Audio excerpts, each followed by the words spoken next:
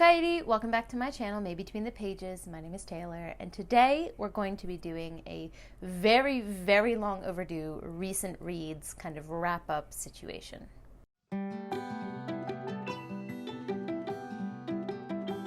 Now, as many of you know, I gave birth to my beautiful daughter in May, so kind of understandably that really threw off not only my filming schedule, but my reading schedule. So I haven't really been able to sit down and talk about what I've been reading for quite a few months. So I thought that I would just sit down and go through all of the books that I've read from May all the way through to September. Over all those months, I read a total of 18 books, so we're not going to spend too much time talking about each individual one or else we'll be here forever, but I'm definitely going to give you guys overall thoughts for everything that I picked up. So without any further ado, let's start with May. Now, May, as I already mentioned, was my due date month, and I kind of expected not to get a lot of reading done, and I was also very much in the throes of pregnancy brain. It is very much real. So I couldn't really focus on a lot of the books that I would usually read, some of the longer, bigger tomes.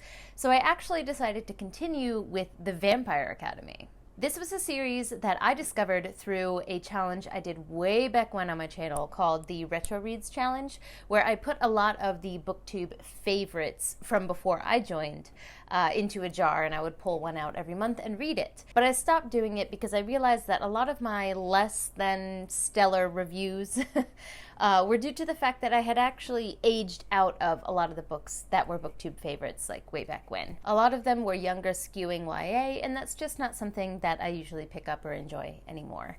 Ironically, I really enjoy middle grade and adult and like older reading YA. It's just that younger section there that for some reason just can't seem to click with me.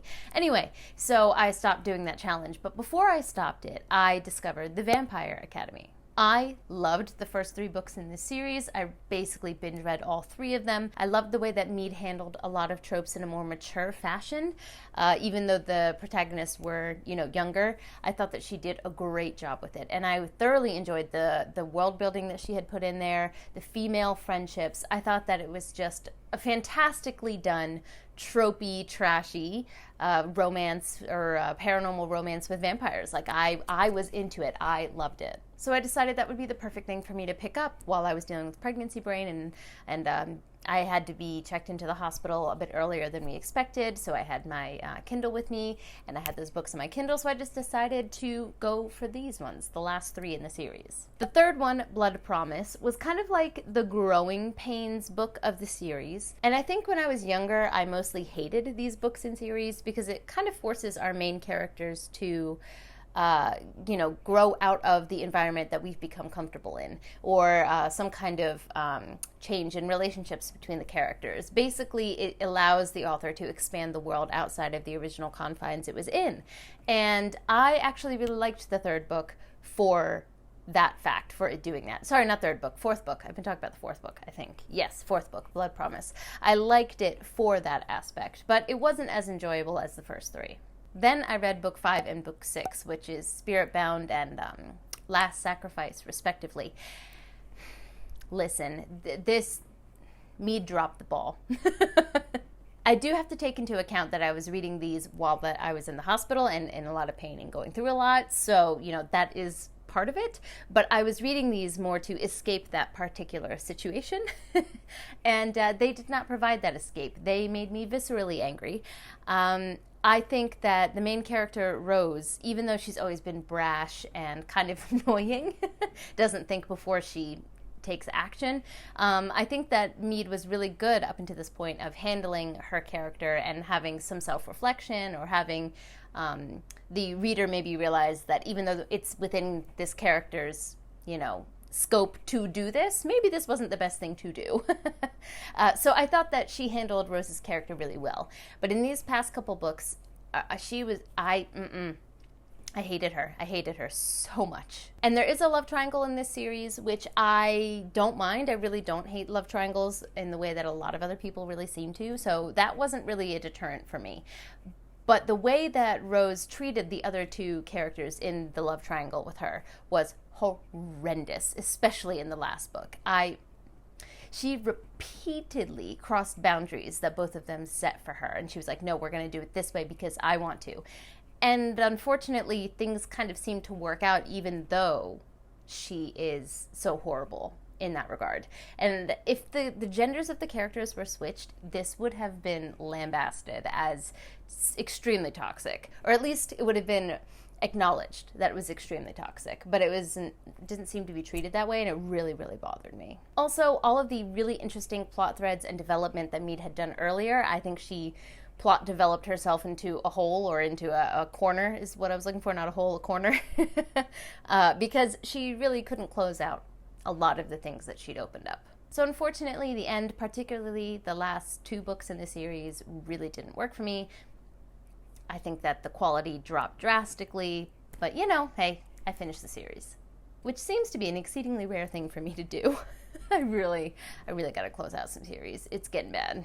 Then in June, obviously, I had a newborn at the house. I was very lucky to have my parents, they had flown over to Japan to help me with the newborn, and of course my wonderful husband. So I was able to get away here and there to do some reading, but I was only able to read one book, which was The Girl Who Speaks Bear. I had already read The House with Chicken Legs, also by Sophie Anderson, which was actually gifted to me by Leanne over in Leanne Reads, so thank you so much for that, because it opened me up to the world of Sophie Anderson. I decided to pick up this one next in her middle grade series.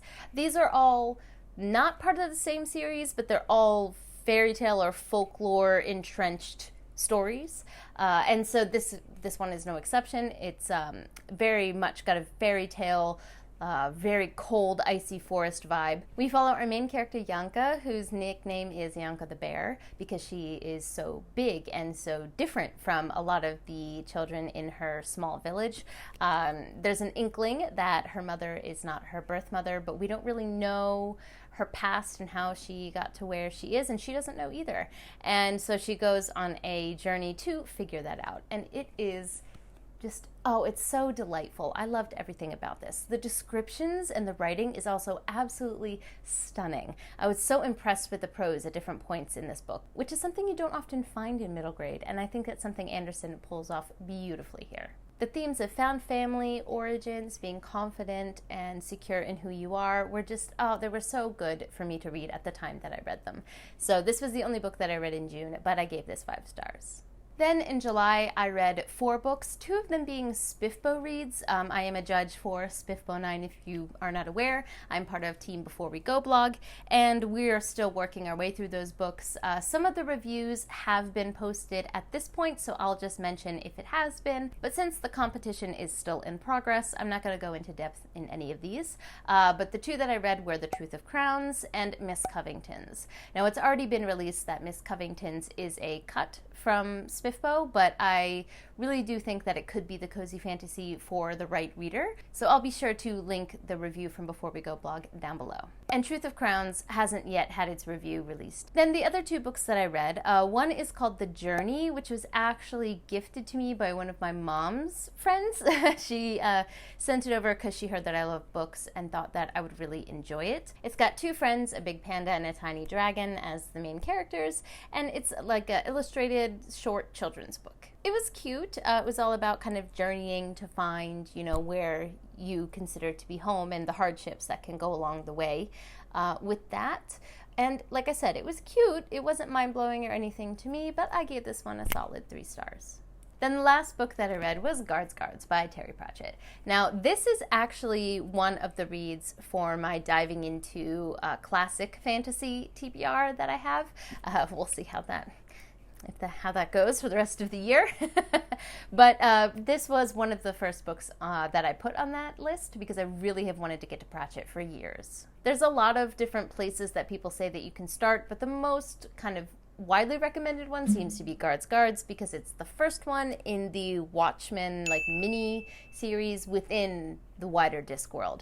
Is it Watchmen? Editing Taylor, change that if that's not what it's called. The beginning of this book was an easy 5 stars for me. The humor was on point. I laughed out loud so often in the first 50% of this book. The second 50% I still really enjoyed, and I really loved the biting, sarcastic writing that Pratchett is known for, but I did find myself slowing down in my reading a bit. I loved the different layers of the story, how Pratchett used the fantastical and metaphor to talk about our world, which he's very much known for. This man was clearly very, very smart. I've read an essay or two from him before, so I kind of already knew that, but it's nice to see that in novel form. Like the way he would rip into politicians at certain points in this book, I was like, oh, all right, sir, like you went for it. The end of this book, while surprising and not exactly something that I could have guessed, wasn't exactly my favorite, or maybe I just don't know how to feel about it yet. I think that's probably a better description. I've been marinating on this for a while, but I feel like I could definitely use a reread of it in the future, but I do very much plan to continue with Discworld, especially this particular miniseries. Now in August is when I went to the States for vacation, and I had a plethora of family members there that could help me take care of my daughter, so I had a lot more free time to read, and I also caught the Rona near the end.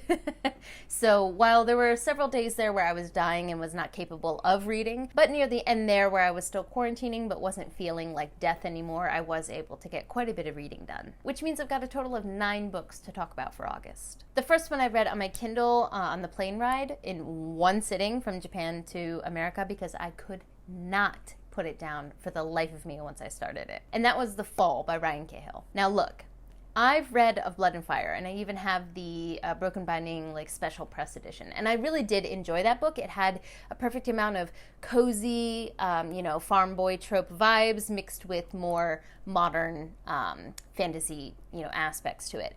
But The Fall, Ryan was in his bag when he wrote this book.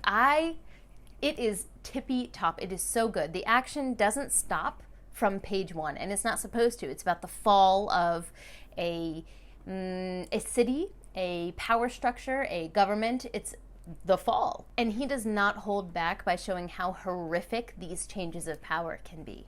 Not only do we have amazing back-to-back battle scenes from different perspectives, we also get gigantic dragons. And when I mean gigantic, he put the scale on the page so well. You could feel the looming presence of these dragons as they fought and ripped through the sky. It was just, the writing was phenomenal.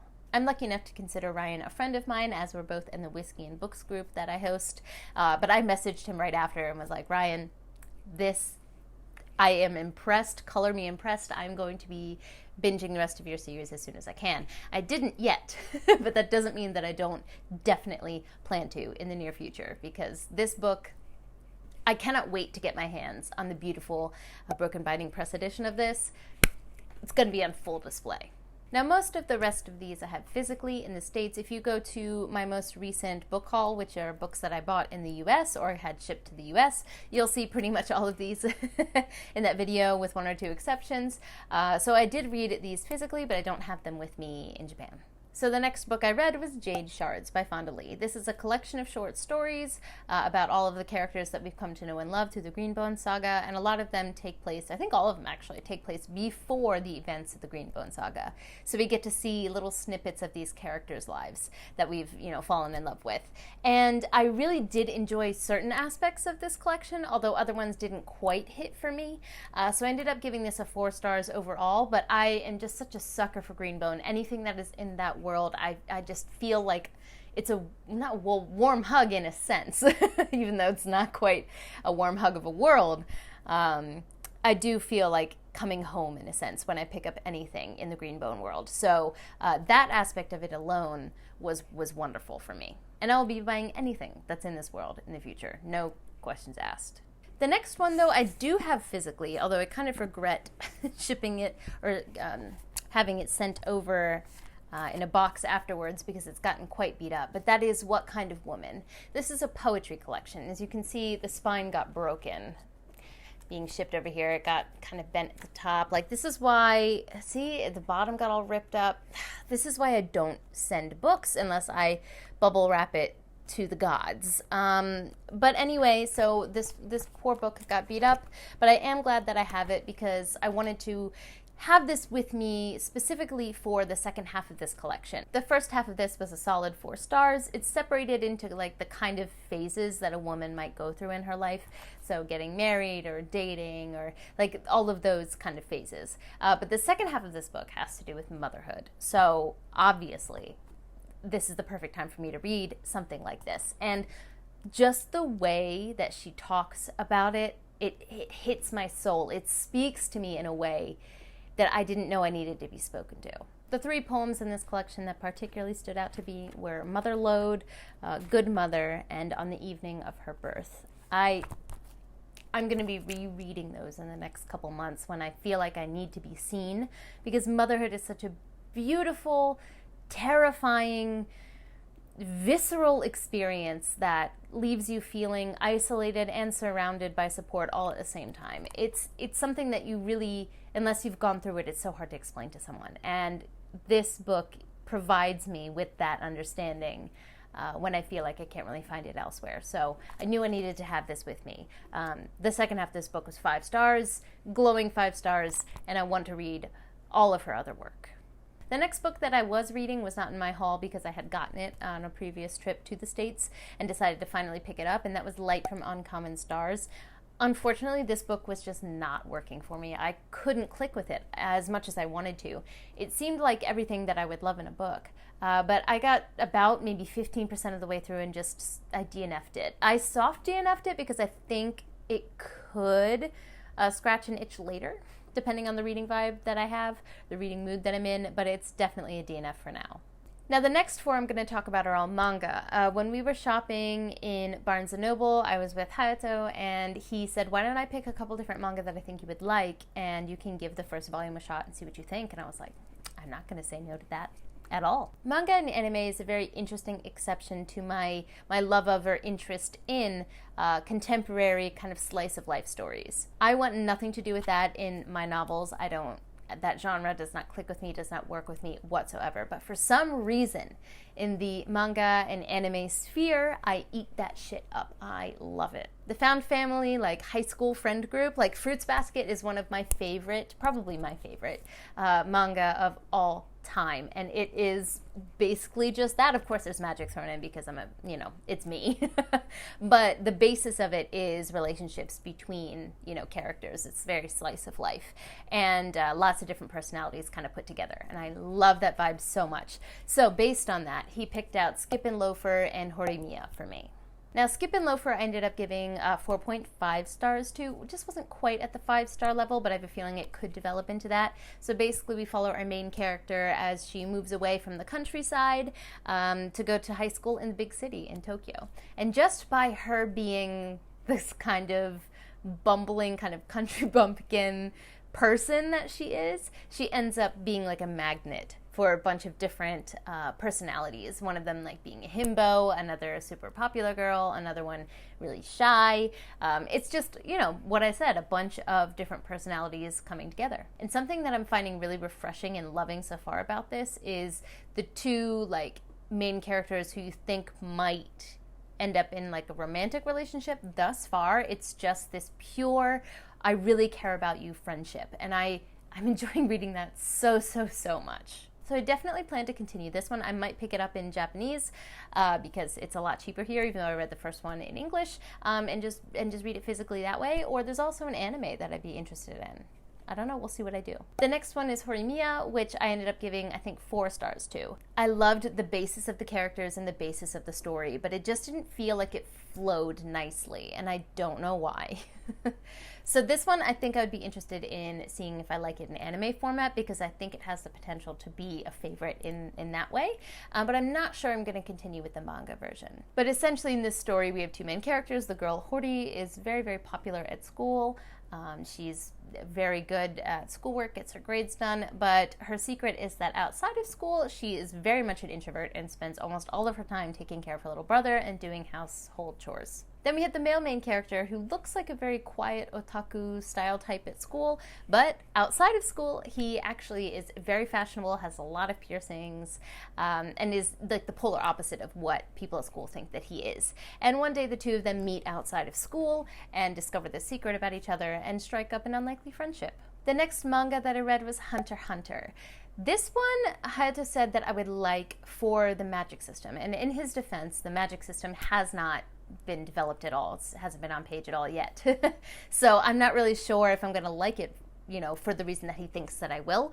But this very first installment was okay. I understand that it was originally published on a week-to-week basis, and it's very cutthroat in Shonen Jump, where you have to have enough people engaging and reading your stuff every week in order to stay, relevant. And so I think the author had to very quickly get his audience interested in the story. So we really take off running. Like, backstory of the characters, done in 2 pages. Childhood trauma of, like, all of the main characters, like, adults in his life lying to him consistently throughout his life, done. Don't even pay attention to that. And we start the adventure. We start the story.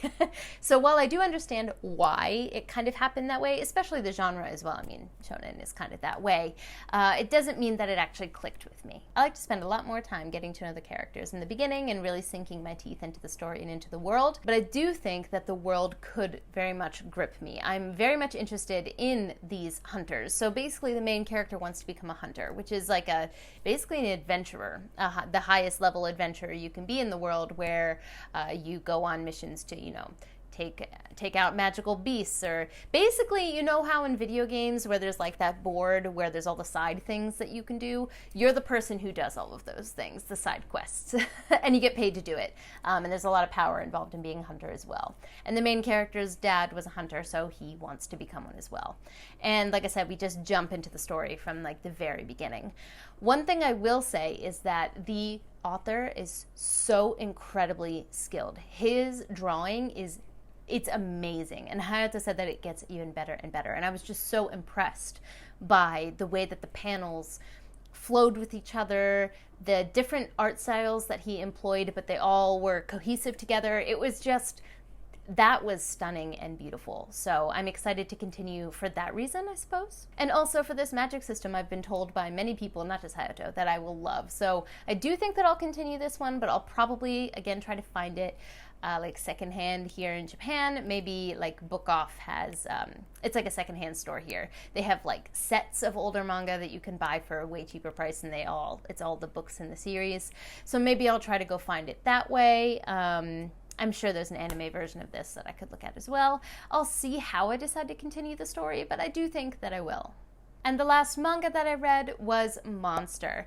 Now, this is one that I had actually picked up when I was a lot younger, and I was not of an age to really get the story and engage with the story in the way that it needed to be. So I decided that I really wanted to pick this back up again later in life. So I already knew the big twist. I'm not going to give anything away, but there's a huge plot twist in this story.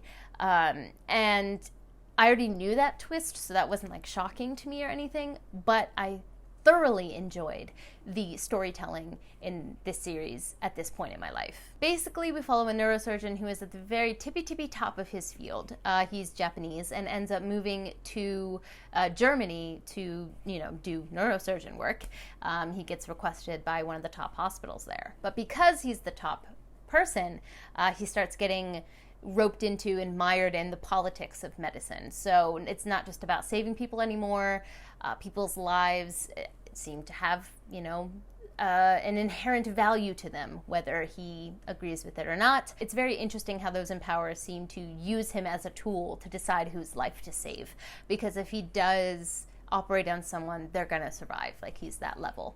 So I really liked that aspect of the story. And then he makes a choice that really changes the course of not only his career, but his life. There's a particular life that he saves that changes the course of the future in a way that no one could have predicted, but he finds himself really struggling with the moral burden of this.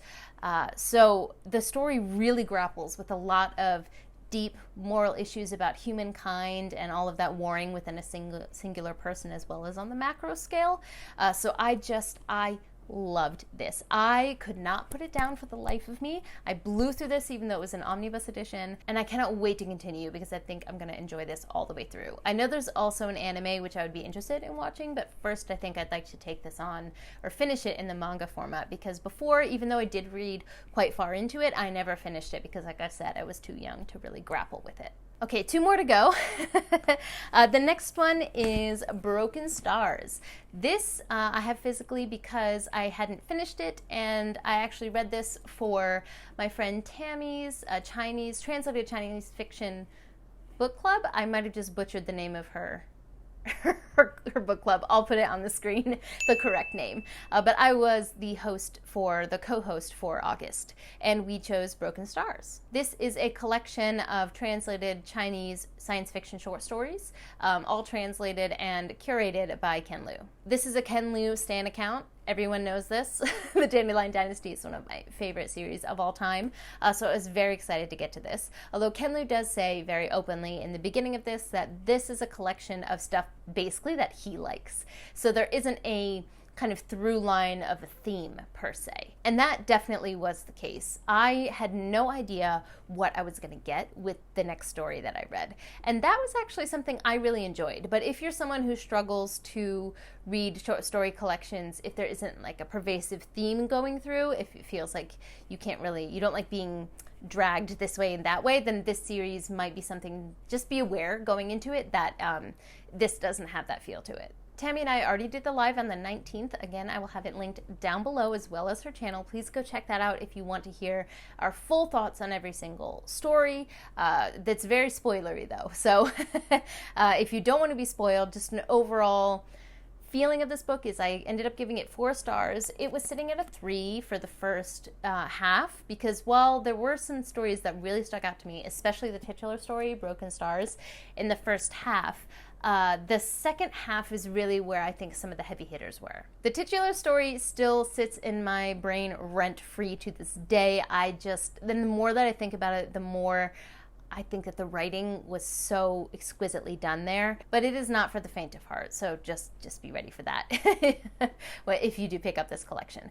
But in the second half, there were 2 stories that I really enjoyed, which were Reflection and The Brain Box. Both of those I think were fascinating, and it played with the idea of the past and the present. Is time really linear? And how do our memories play into that? And I think they were beautifully written. So even though some stories really didn't work for me, like The Snow of Jin Yang was one of them that it was not my favorite. I think that all of these writers are very skilled in what they do. So I would highly recommend this collection. And again, if you want to hear more detailed thoughts, you can go and check out that live. All right, we are on to the final book, so thanks for sticking with me thus far, if you have. Okay, so this is a lie. I actually also read Pet, which I have a lot of thoughts on. So I'm really disappointed that I didn't include it in this video, but rather than just doing a long voiceover here, I'm going to include it in the next wrap-up video that I do. And the final book that I read, actually, some of these were in September. I think I finished Broken Stars. I said some of these, just the last couple. So Broken Stars I actually finished in September, as well as The Frugal Wizard's Handbook to Surviving Medieval England, for Surviving Medieval England. One day I'll get that name right, but it is not this day.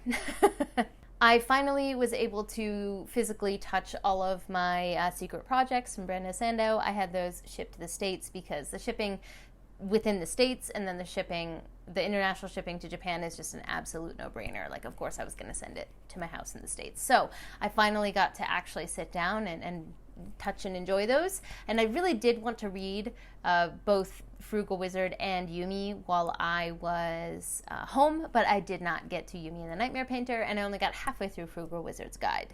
Of course, I have the ebooks as well, so I just finished Frugal Wizard when I got here. But I do think that reading from that premium hardback is a whole other experience. So I'm really debating whether I'm going to read Yumi via ebook or just wait until I can get my hands on the hardback again. I don't know. I guess we'll just see how my reading goes. But the Cosmere is a warm-up hug for me, so if I feel like a comfort read, I might end up going for it. Anyway, we're not talking about Yumi and the Nightmare Painter right now. We're talking about Frugal Wizard.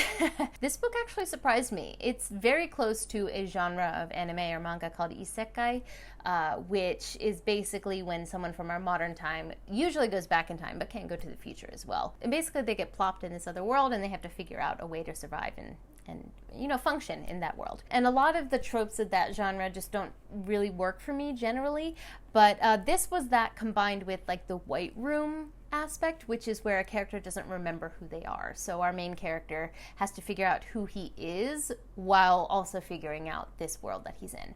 And I also really enjoyed all of the little details about different dimensions in this world, and the actual handbook is an actual book in the story, and that made me laugh out loud many, many times. So I think the details of this are what really made it work for me, especially the little cartoons around the edge of the beautiful special hardcover editions. It was like a little mini story. You got to watch this little wizard have a mini story alongside the other story and the handbook. It was a lot of care and effort clearly went into it, and I felt very immersed in the world. The beginning is very tongue-in-cheek, lots of jokes.